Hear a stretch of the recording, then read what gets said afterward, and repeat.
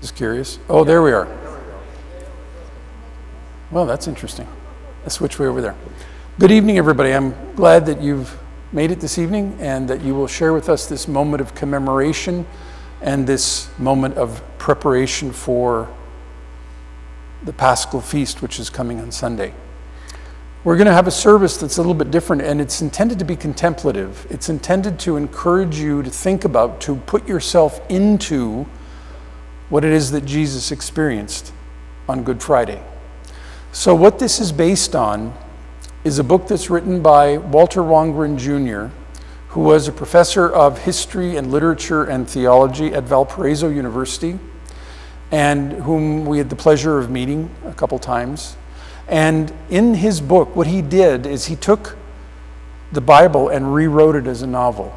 And so I've taken excerpts from that book so that you can hear, so that you can feel in a way perhaps that you've not done heretofore, what it is that was happening during that period of time. So the structure of the service will be music, reading, and so forth. So I invite you to listen carefully. The words will be up there, but listen carefully to what's being read so that you might know and might experience to the best of your ability that which Jesus went through for us so very long ago. Now, at the end of this service, we're going to invite you to leave in silence. This is a time when we think not of visiting with people, we think not of chit-chatting, but leave the sanctuary and the narthex in silence so that you can continue to reflect on what it is that happened on Good Friday so very long ago. Easter is coming. And before Easter comes, we have the Easter Vigil, which is through Saturday, the time of waiting when the disciples were in utter despair because the Master had been killed. And so we invite you to take what you hear here and let it act in your gut until Sunday morning. And then at the end of the service, we encourage you all to leave in silence. Thank you all for being here.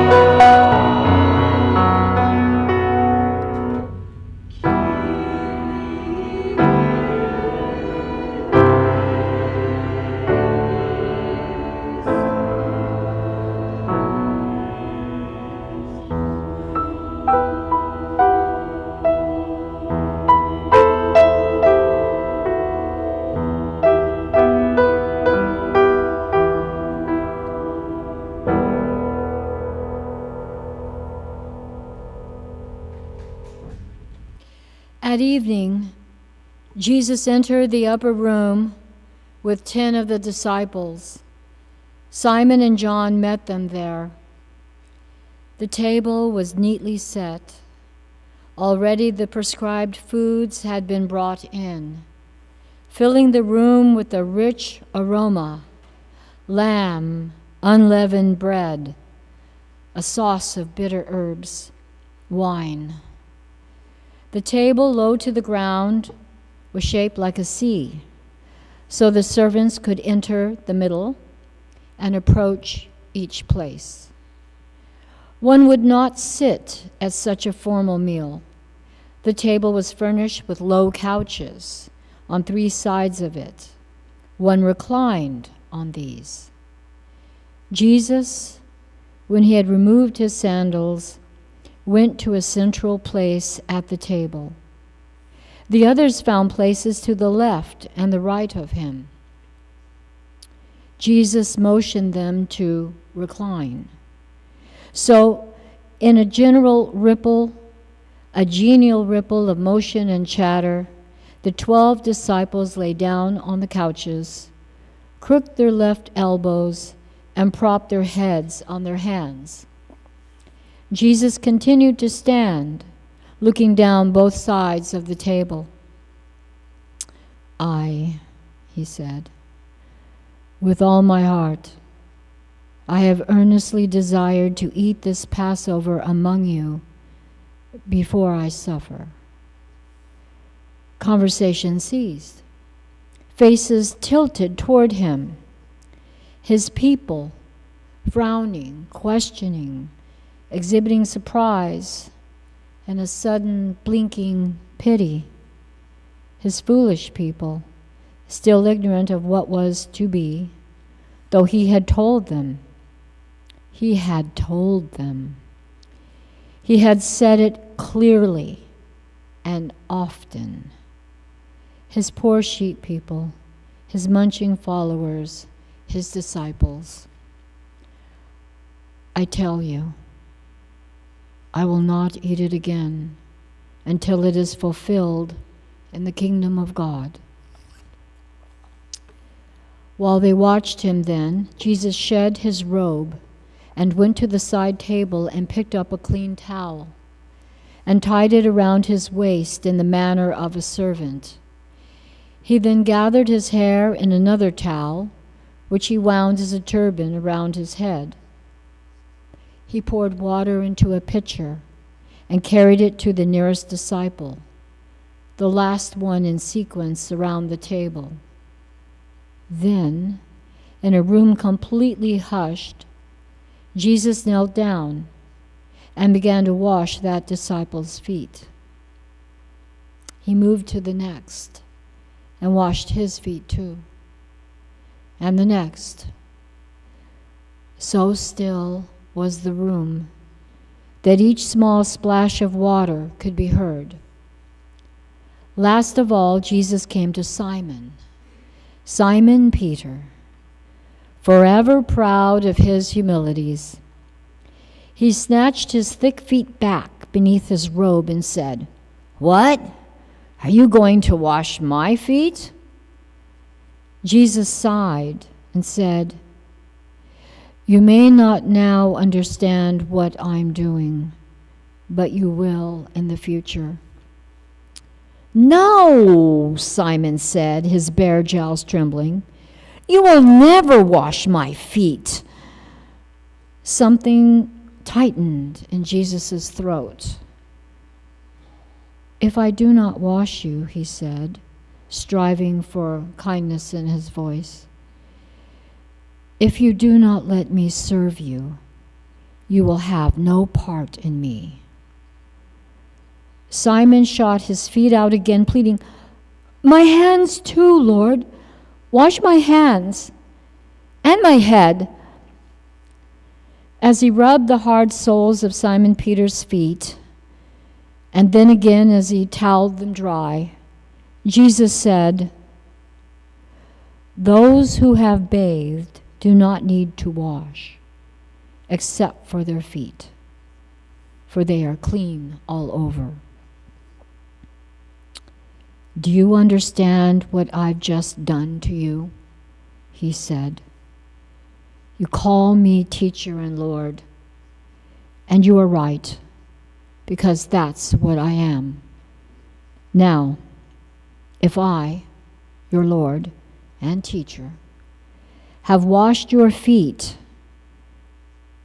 then you too must wash one another's feet. This is an example. Blessed are you, my friends, if you do it."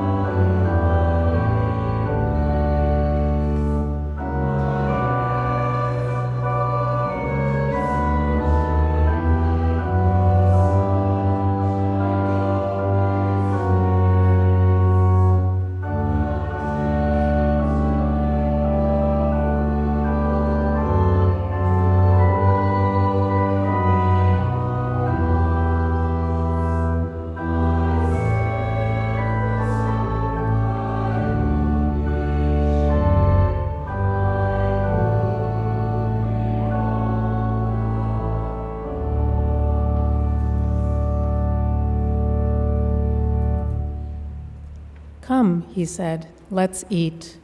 They did. The 12 disciples began to eat, but there was nothing common about this meal anymore, nothing merely traditional, however ancient the practice.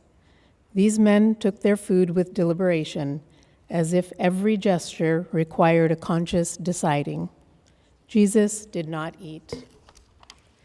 Almost inaudibly, Jesus whispered, "One of you is about to betray me."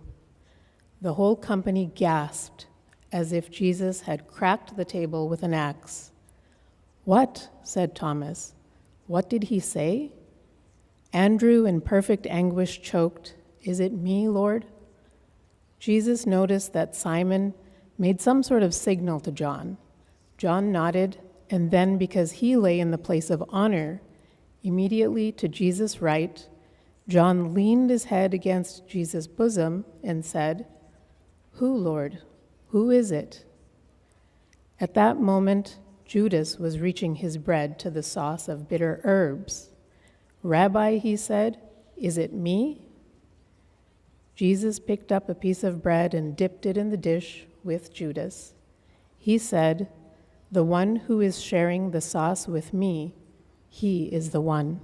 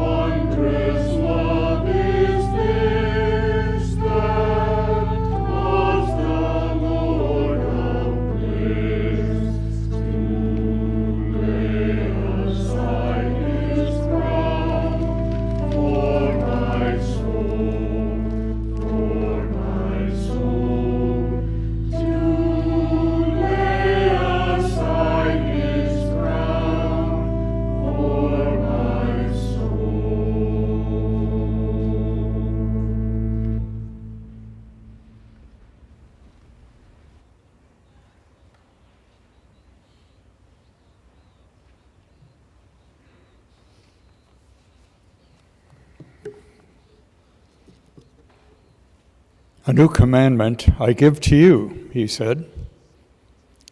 He formed these words in the mouth as if he were carving them in stone. Uncrushable words. The memorial he absolutely must leave behind.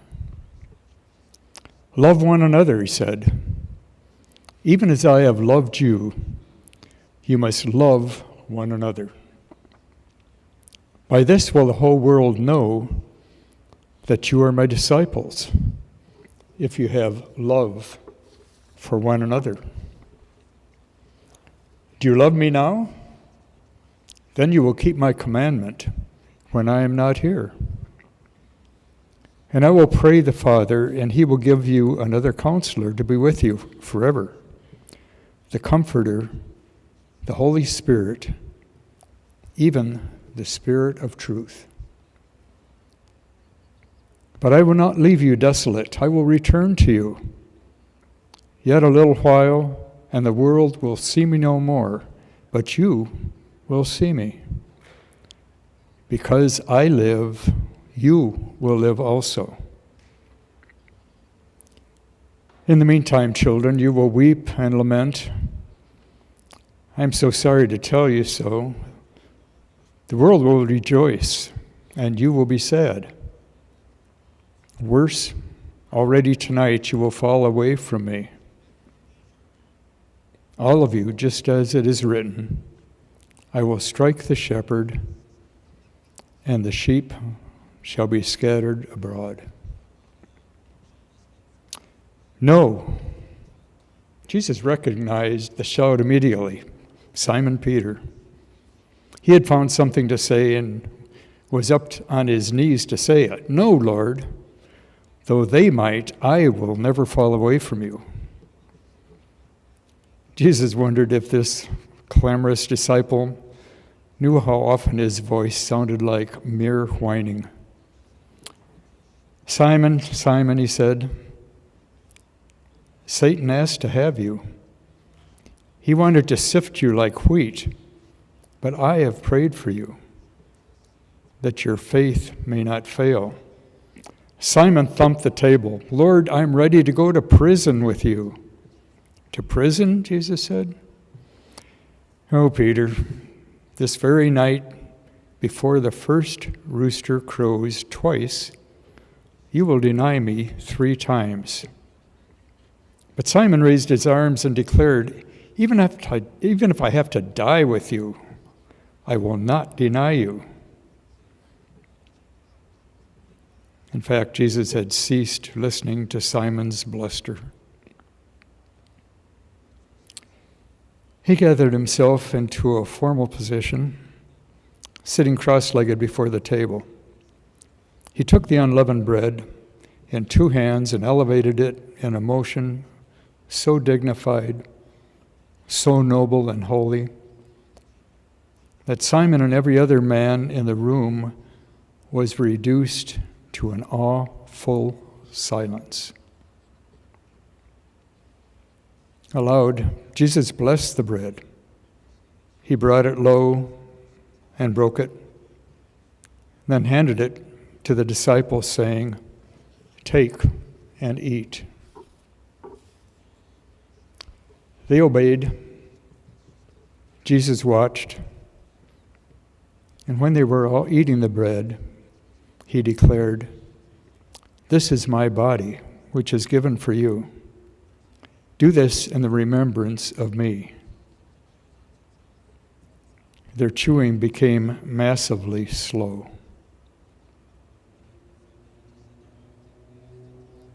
Jesus took the cup of Passover wine and lifted it and gave thanks. Then he gave it to the disciples exactly as given them the bread.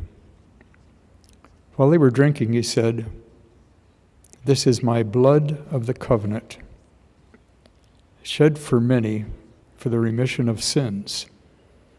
Do this as often as you drink it in remembrance of me."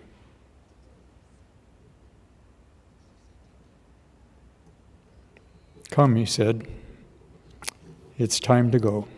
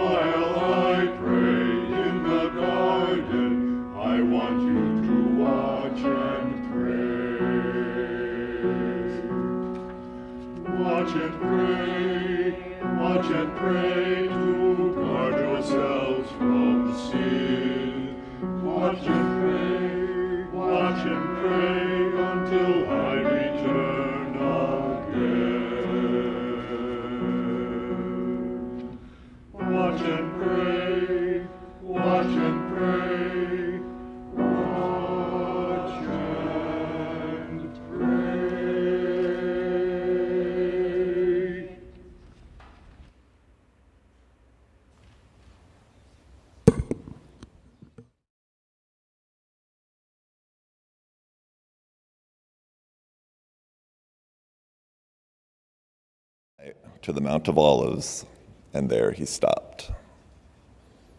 "Stay here." Jesus' words were short and bitten. To 8 of the disciples he said, "Stay here while I pray." Touching Simon and James on their shoulders, then taking John's hand in his own, Jesus entered a private olive grove called Gethsemane. There was no light beneath these ancient trees whose trunks were twists of shadow. Jesus moved by memory. As he walked, breathing became difficult for him. His legs felt numb and heavy. "My soul," he groaned, "my soul is sorrowful even unto death." He stopped. His throat was thickening. There was no controlling this anymore. "Wait here," he said, releasing John's hand. His voice sounded harsh. He knew it would get worse. He barked, "Watch with me," and rushed through the grove the distance of a stone's throw. And then he stumbled and fell face down on the ground. He drew his knees up under himself like a man palsied. He drew his fingers through the soil and howled, "Abba, Abba." Then the storm broke. Jesus wailed aloud from earth even unto heaven, Abba, Father, take this cup away from me. Nevertheless, not my will, Abba, Jesus said. Let yours be done. He lay a while in perfect quietness, weak, empty, and exhausted. Finally, he rose up. His legs trembled under the natural weight of his standing. But he was able to make his way back to James, Simon, and John. While he came to them, his heart sank into deeper and deeper loneliness. Their bodies lay like sacks on the bases of two trees. By the slow draw of their easy breathing, Jesus knew that they were sleeping, all three. What? Simon? He said to his oblivious disciple, couldn't you watch 1 hour with me? The spirit is willing, but the flesh is so weak. Jesus composed himself. By conscious thought, he stood erect and dignified. Then he saw small firelight below him at the foot of the Mountain Olives. So he bent to his disciples and shook them one by one awake. Arise and look, he said. Look down the mountain. See, the hour has come. My betrayer is at hand. But then the smoking torches began to arrive. There came, too, the soft clashing of armor, scabbards, swords. And suddenly, from the three sides at once, soldiers appeared, the troops and officers of Herod Antipas's armies, as well as the captains of the temple police. In front of them all, Jesus recognized a nervous little figure, a tout fellow whose torch blazed brighter and blacker than the others. Judas, mirroring a smile, his great eyebrow fairly flying from his head in a manic show of civility. Jesus raised the torch above one disciple and then another, peering into their faces, chattering, yes, yes, greetings to you, yes, and moving on. Jesus, watching the progress of the small zealot, suffered an enormous sadness, and finally, Judas spied him. Where he stood, the man's mouth grew tighter and smiling, but his eyes swelled with begging. He began to bob his head as if Jesus and he shared secrets. He came so close to his teacher that Jesus could see the pores in his flesh. And loudly, Judas exclaimed, "Hail, Master!" And then he went up on his toes and kissed him. A servant of the high priest called, "Is that our man then?"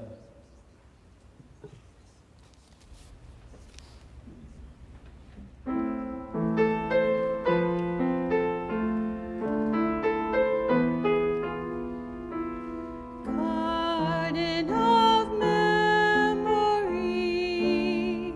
by torchlight and moon, in a night sharp with stars,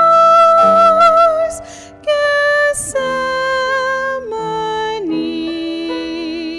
blooms.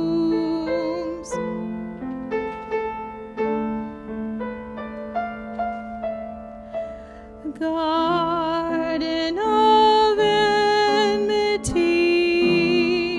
by torchlight and moon, in a night sharp with stars, Gethsemane blooms.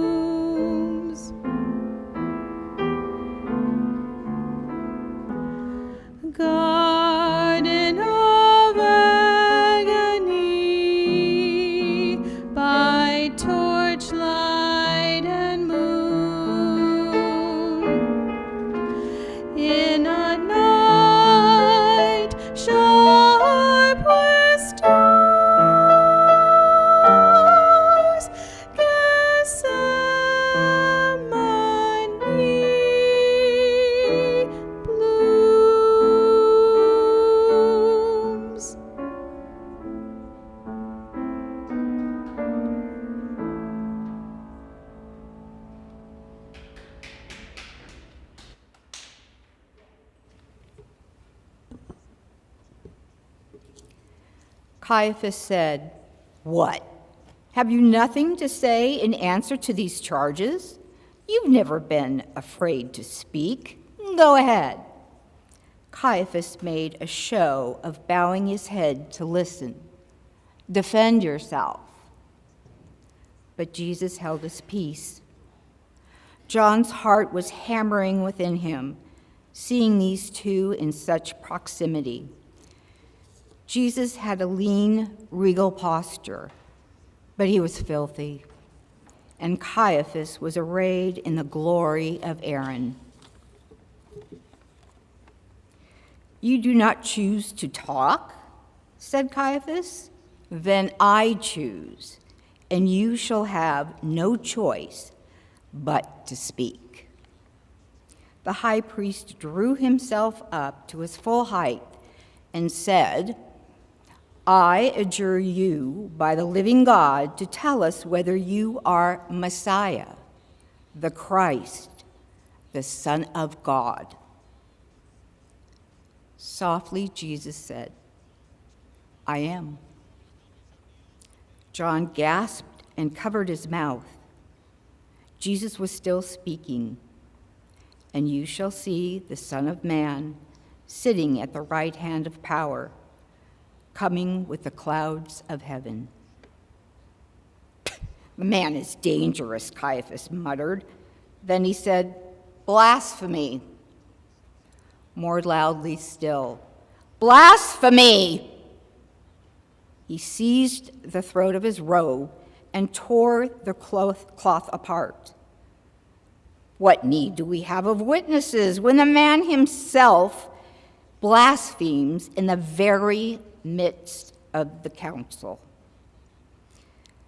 Caiaphas withdrew from Jesus, out of John's sight, but his insinuating voice filled the chamber. "What say you, reverend sirs? What sentence does the Nazarene deserve?" "Death." First one and then another said, "Death." Then the whole company of witnesses and counselors were condemning Jesus in a glad chorus of unity. "Death!" It was as if some prohibition had snapped in the room. Men surged in towards Jesus. John wound his fingers through the window grill, tormented by the scene. Men were spitting in Jesus' face and hitting him in the head. They covered his eyes and cried, "Prophecy Christ, who is that hit you?" John backed from the window. Sick with sorrow, he turned away. Just then he heard footsteps in the narrow road behind the high priest's house. A man was running. John looked, and in the spill of window light, recognized the small form of Judas Iscariot, dashing away at a wild pace. It was the last time any disciple saw Judas.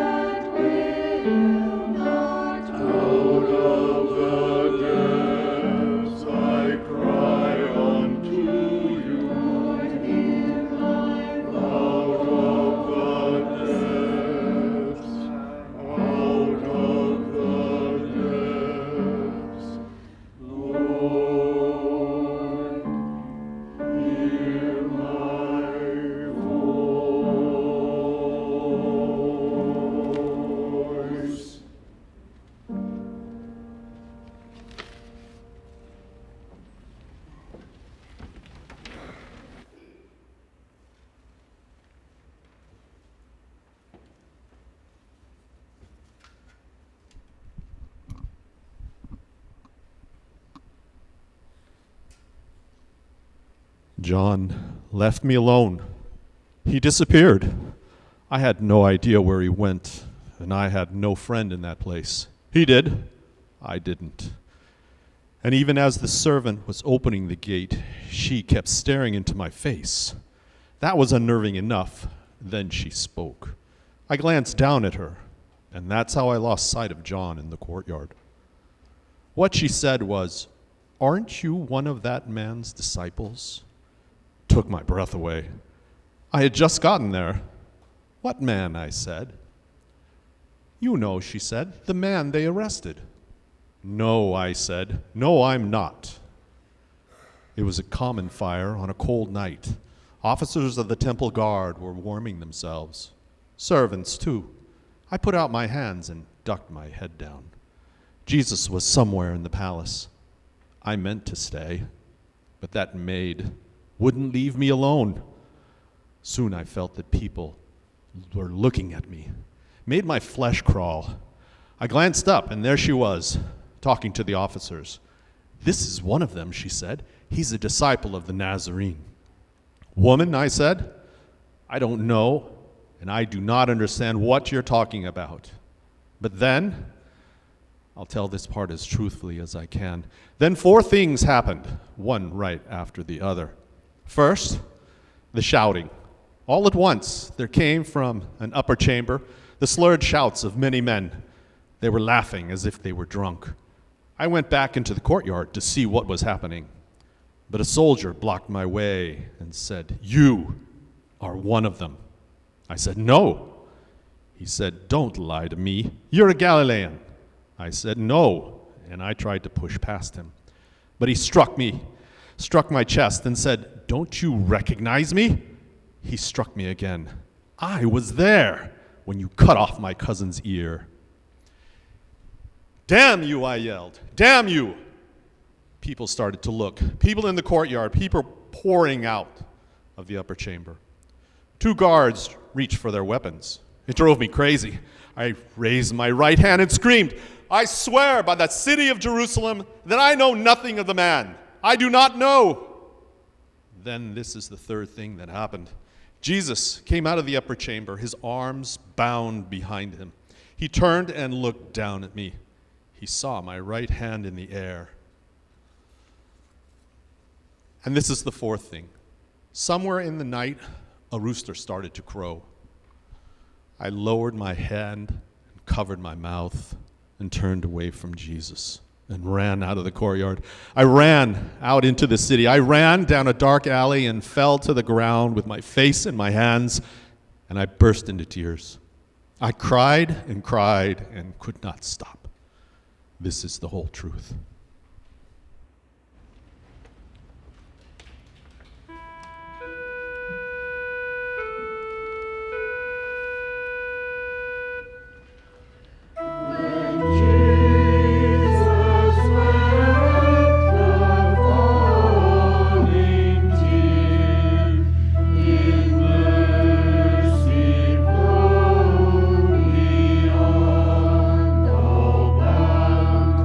When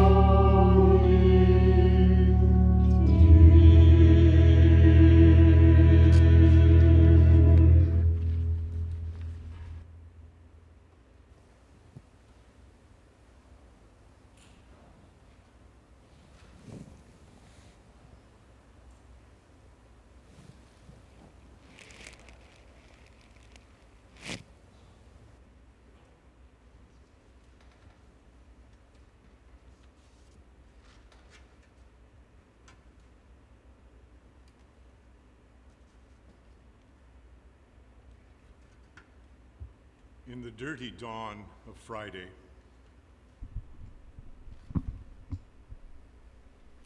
High Priest Caiaphas stood at the very edge of the ramp that led to the Praetorium Gate and rapped the hard end of his staff on the flagstones. An audience and a judgment he called. Pontius Pilate, procurator, the high priest called clearly but loudly. Here is a criminal of such public threat that Rome must hear the indictment and pass sentence and execute her sentence now, today, before sunset and the Sabbath. Having made his formal petition, the high priest returned to those who stood under the gray drizzle in the open square. Now then, said Pilate, sitting down and beckoning the high priest forward, what's the charge? Caiaphas said, we found this man, Jesus of Nazareth, perverting our nation. Yes, said Pilate, and, said Caiaphas, sedition. He says that he is Messiah, a king. Pilate frowned. Why have you come to me, he said. Your Messiah is your religion. Judge him according to your own law. The governor made motions to stand and go. Caiaphas snapped to attention. No, we must come to you, he said. We don't have the authority to put a man to death. Pilate did stand up then. Death, he said. You think he's committed a capital offense? He stepped forward and squinted into Jesus' face, then said, bring him in. I'll interrogate him inside. I have no time for this, he said. Make your answers short. Jesus of Nazareth, are you the king of the Jews? Jesus, bent forward by the rod through the crooks of his elbows, nevertheless raised his head and looked into Pilate's eyes. Do you say this on your own, he said, or did others tell you this about me? What, am I a Jew? Pilate sneered. Your own chief priest delivered you to me. What have you done? Jesus said, my kingdom is not of this world. If it were, my subjects would be fighting for me, but my kingdom does not belong here at all. So said Pilate, then you are a king. You say I am a king, said Jesus. The reason I was born into the world is to testify to the truth. All those who belong to the truth listen to my voice. Truth, said Pilate abruptly, half out of his chair. What is truth? Shaking his head, he walked out into the wet morning. Jesus saw Pilate's back and heard his confident announcement, I find no fault in this man. Only those on the tribunal could hear the governor issue orders to a centurion. Take him to the barracks, whip him, and make it bloody, man. Then he was standing on one side of the tribunal, confronting the multitude. Pontius Pilate was gesturing toward him and shouting, Behold the man. Pilate shouted, Now what do you say? Which man should I release to you? Jesus Barabbas or Jesus of Nazareth? The multitude had found a single voice. Barabbas, it bellowed. Pilate looked troubled. Then what shall I do with this man? He cried. Crucify him, came the thick-throated chorus, priests and people and zealots and pilgrims, but no distinction among them now. They were the mindless mob. Crucify him, crucify him. The huge crush of people was wheeling toward riot. Crucify him. What then, shrieked Pontius Pilate, shall I crucify your king? The high priest turned purple with fury. We have no king but Caesar. And the voice of the multitude resolved itself in an endless, ponderous roaring, Crucify!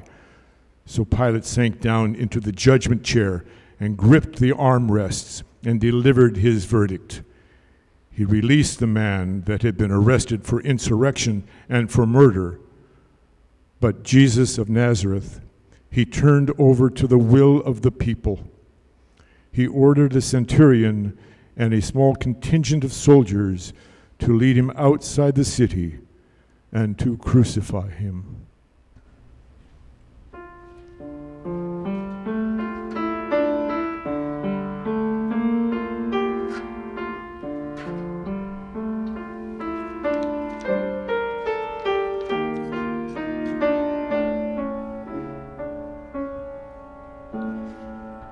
They crucified my Lord, and he never said a mumbling word.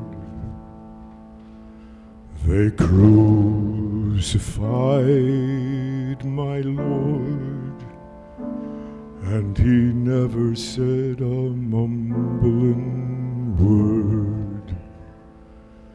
Not a word, not a word, not a word. They nailed him to the tree, and he never said a mumbling word. They nailed him to the tree, and he never said a mumbling word. Not a word, not a word, not a word. He bowed his head and died, and he never said a mumbling word. He bowed his head and died, and he never said a mumbling word. Not a word, not a word, not a word.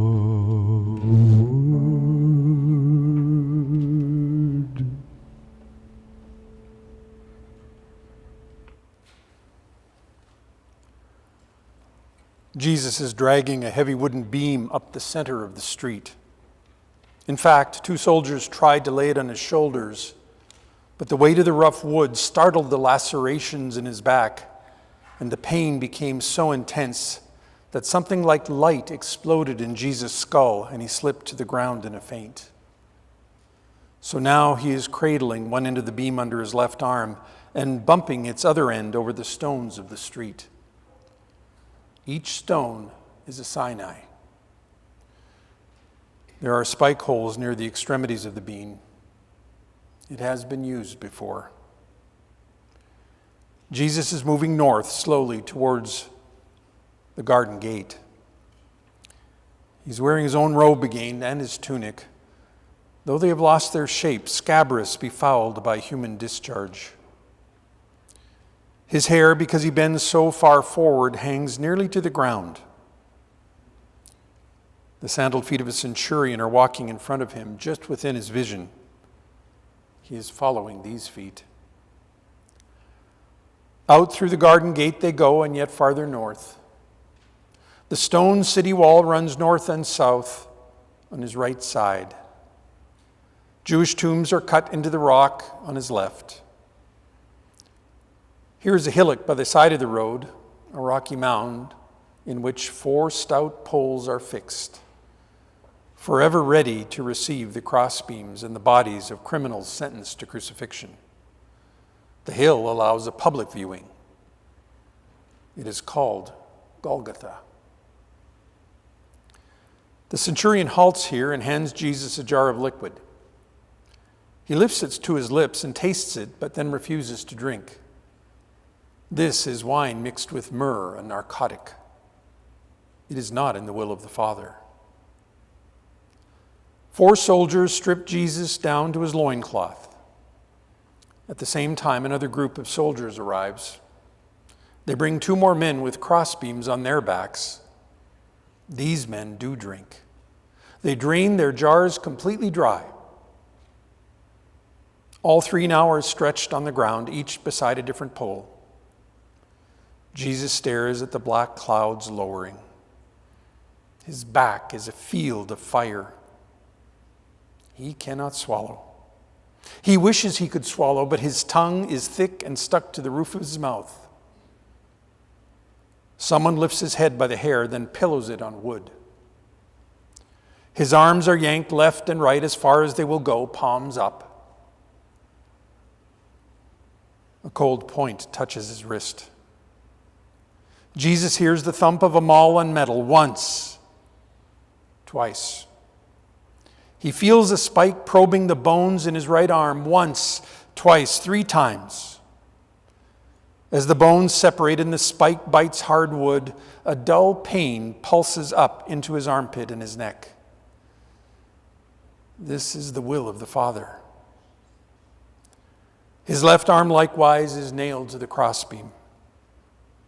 Then, by pikes and human strength, Jesus is lifted bodily from the ground. Soldiers climb ladders behind the stout pole, hauling him up and allowing him to swing from his arms alone until the patibulum is lashed to the pole and the cross is formed. The soldiers descend. In front of him, they bend his knees and drive a 3rd spike through his ankles. His muscles convulse. He begins to tremble as if he were very cold. His teeth chatter. He bites his tongue but doesn't notice except that there is the taste of blood in his mouth. Father. Jesus speaks through bloody foam and through shivering, even while one of the Roman soldiers climbs the pole behind him. Father, forgive them, for they do not know what they do. That soldier hangs a shingle at the very top of the cross. Printed on it in Hebrew and Greek and Latin by order of Pilate himself is the legend, Jesus of Nazareth, the King of the Jews. Now the troops responsible for these crucifixions settle on the ground and begin to divide the criminals' clothes among themselves. They cast lots for the various pieces. The criminal hanging to his left is laughing. Messiah? Messiah? The man is gasping in genuine laughter. Ha! Ha! Now I meet Messiah. Been waiting all my life. Ha! Been waiting since the days of Daniel. And look, he shows up dying. Well, Messiah, he hisses at Jesus, save yourself and save me too. How can you say that? The other criminal's not laughing. Don't you fear God? We are justly condemned, but this man has done nothing wrong. Jesus, he whispers. Jesus, roused by the devotion in the utterance, lifts his head and looks. The man's tendons are cracking through his neck and shoulders. The poor child, frightened of dying, casting his life to the one crucified beside him. Jesus struggles for breath and answers, truly, today you will be with me in paradise. All at once, the wind dies. Black clouds close like fists in heaven. Even the beasts are silent, and travelers hurry toward the city now. The storm is coming. Jesus drops his eyes, sees familiar women at his feet, and involuntarily cries out, "This is the sorrow. This is suffering greater than whips and spikes and a universe of derision." His mother is there. Mary, still supporting herself by gripping John's arm, is looking directly at him, pleading with him. Her face is at the level of his waist. She is crying. She is 50 years old, gray and frail, and her eyes are begging him, "Why? Why are you dying?" Jesus wants to howl his grief to the black skies. He cannot touch his mother anymore. He cannot receive her love anymore. Oh God, in his condition, he is not worthy of the love anymore. And this is the will of the Father. Woman, woman, woman, he murmurs to his mother. He rolls his head towards John. He is your son now. To John, Jesus whispers, and she is your mother. Please take her away. Care for her. It is Jesus of Nazareth who howls out of Sheol, none but him. He can hear the words. They are his own words. He howls them up to heaven. My God, he shrieks, my God, why have you forsaken me? Silence. The universe is silenced by that cry. He whispers, I'm thirsty. Yes, yes, cries the person who has been running toward him. Yes, drink this.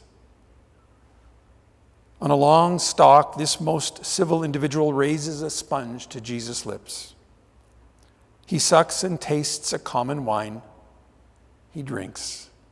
Jesus has never drunk so sweet a drink in all of his life before. The rain has ended. The wind has died. A little light sifts down like flour from the clouds. It is finished, Jesus gasps. Father, into your hands I commend my spirit.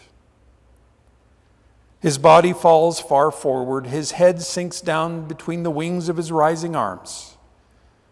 His heavy black hair, his long wet hair falls over his head like a curtain. An everlasting sigh issues from his open mouth. And that is the end. He dies.